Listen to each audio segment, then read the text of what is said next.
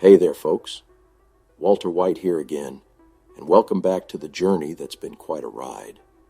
In our previous video, we covered the first 3 episodes of Breaking Bad, where you saw how a high school chemistry teacher like me took a detour into the world of methamphetamine production.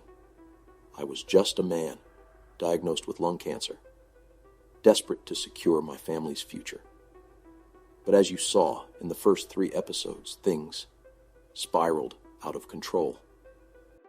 Well, in this 4th episode of Breaking Bad, you'll find the White family enjoying a seemingly normal barbecue. But the tranquility is shattered when Skylar, my wife, bursts into tears, forcing me to reveal the secret I had been concealing. I have cancer. Meanwhile, Jesse Pinkman, my partner in the methamphetamine trade, boasts to his friends about our product. He shares samples and indulges himself. But his high takes a dark turn when he hallucinates, mistaking Mormon missionaries for bikers out to get him. Skylar arranges for me to visit an oncologist, but the cost gives me pause. Reluctantly, I agree to borrow money from my pension. While retrieving hidden cash from the baby's room, my son, Junior, stumbles upon me.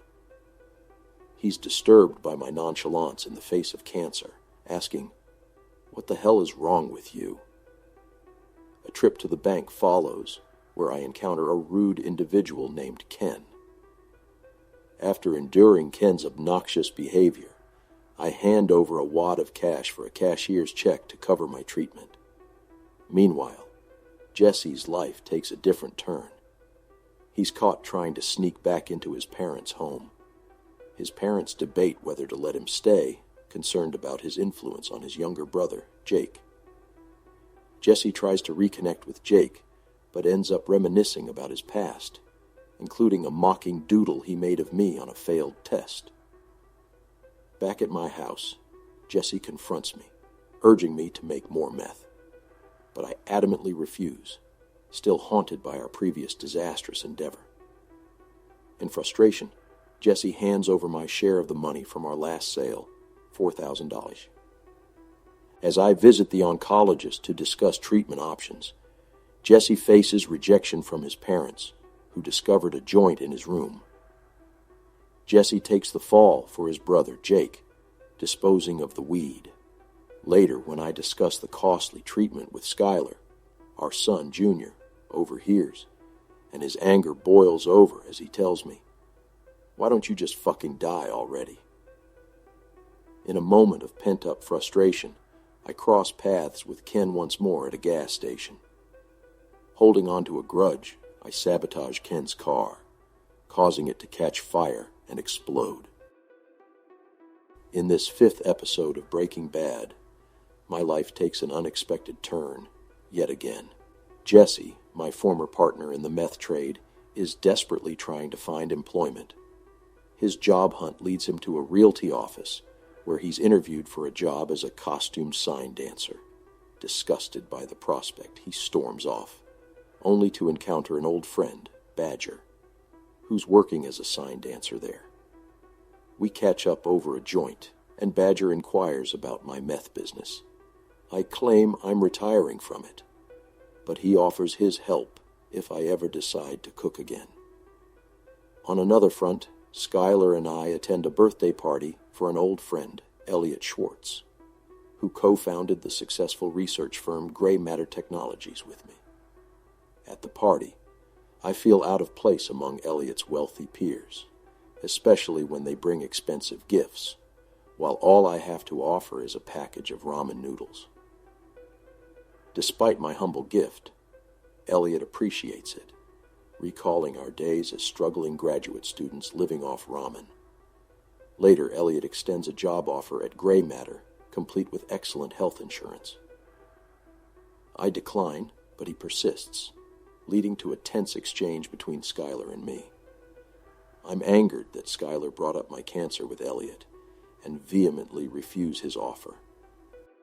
Meanwhile, Jesse decides to give cooking meth another shot and enlists Badger's help.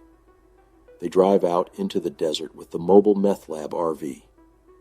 In a reversal of our previous cooking sessions, they take the chemistry seriously, while Badger goofs off.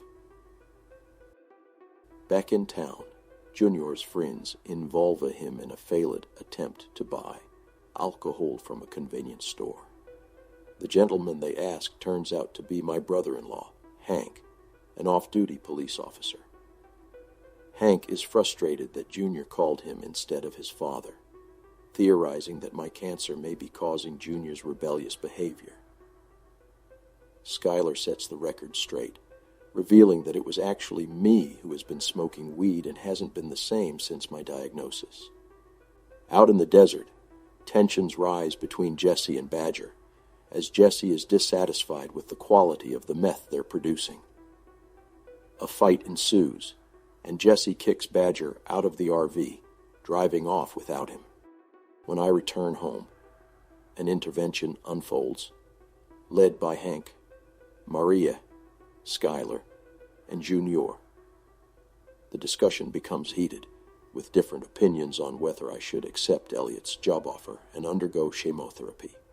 I finally speak up, stating that if the treatment leaves me too sick to enjoy life, it's not worth it.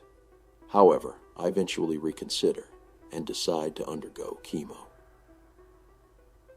At the treatment center, I suggest to Skylar that I'll talk to Elliot about my medical expenses, but in reality, I have insurance to cover them. Later, I approach Jesse, offering to cook with him once more, setting the stage for new challenges and decisions in our turbulent journey. I step into the RV, only to find the aftermath of Jesse and Badger's violent altercation. It's a grim sight, but I see an opportunity to reshape our partnership.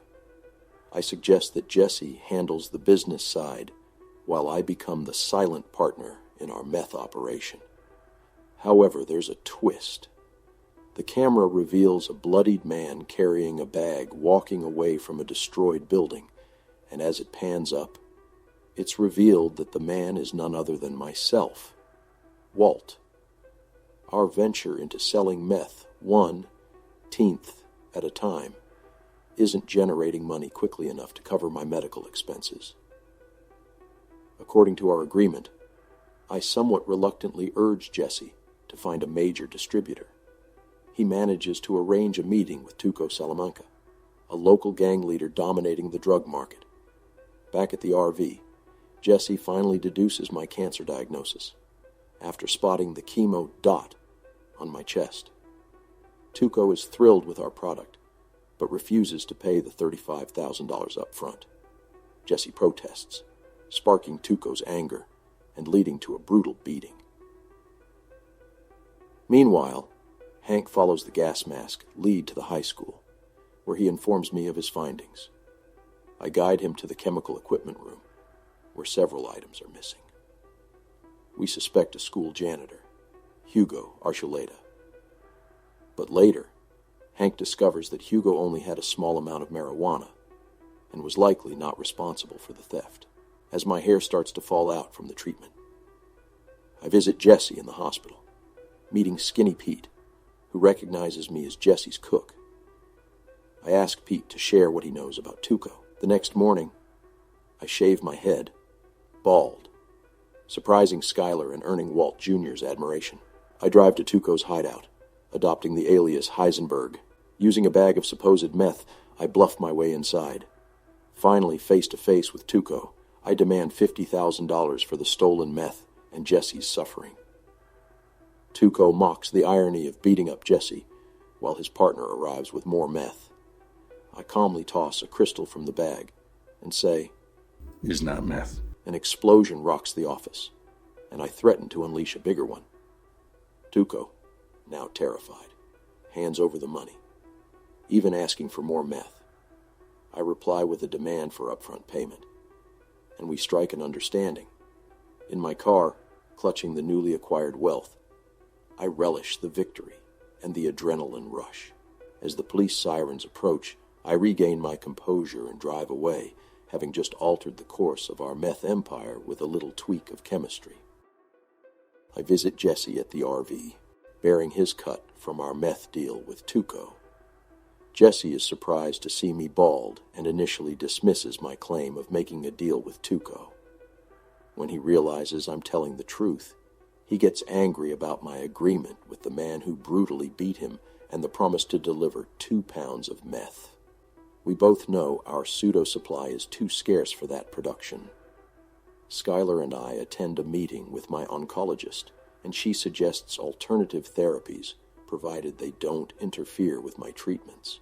Later, Jesse and I meet Tuco and his crew in a junkyard. We can only offer 1/2 pound of meth, blaming production problems. Still, I ask Tuco for a loan to buy the materials for 4 pounds, calling it a capital investment. Tuco warns me about the consequences of owing him money. Back at Jesse's place, he questions how we'll acquire enough pseudo for 4 pounds, and I reveal an alternative plan involving a list of chemicals. Jesse doubts his ability to gather them, but I encourage him to believe in himself. Skylar and I host a baby shower, and Marie's extravagant gift, a white gold baby tiara, unnerves Skylar. Later, I divert Skylar's intention to return the tiara by discussing alternative medicine and planning a weekend getaway to a Navajo sweat lodge, providing an excuse to cook with Jesse. Meanwhile, Skylar tries to return the tiara but faces arrest suspicion due to a prior theft by a woman resembling her. She escapes by feigning labor and realizes Marie must be the thief. Jesse and I successfully steal a barrel of methylamine from a secure warehouse using thermite made from Etch-A-Sketch toys. However, our RV breaks down, so we cook in Jesse's basement instead. The challenge arises when real estate agents arrange an open house without Jesse's knowledge. When Skylar confronts Marie about the tiara, Marie denies it. Back home, Skylar discusses the situation with me, and I justify people's actions for their families. She questions what she would do if I committed a criminal act, and I respond playfully, but with a hint of seriousness. In our meeting with Tuco, we present the 4 pounds of blue meth as promised. Tuco is satisfied with the product, but when one of his henchmen, No Dose, warns us against crossing Tuco, the situation escalates. Tuco brutally beats No Dose, leaving Jesse and me in shock, realizing we're deeply entangled in a dangerous world.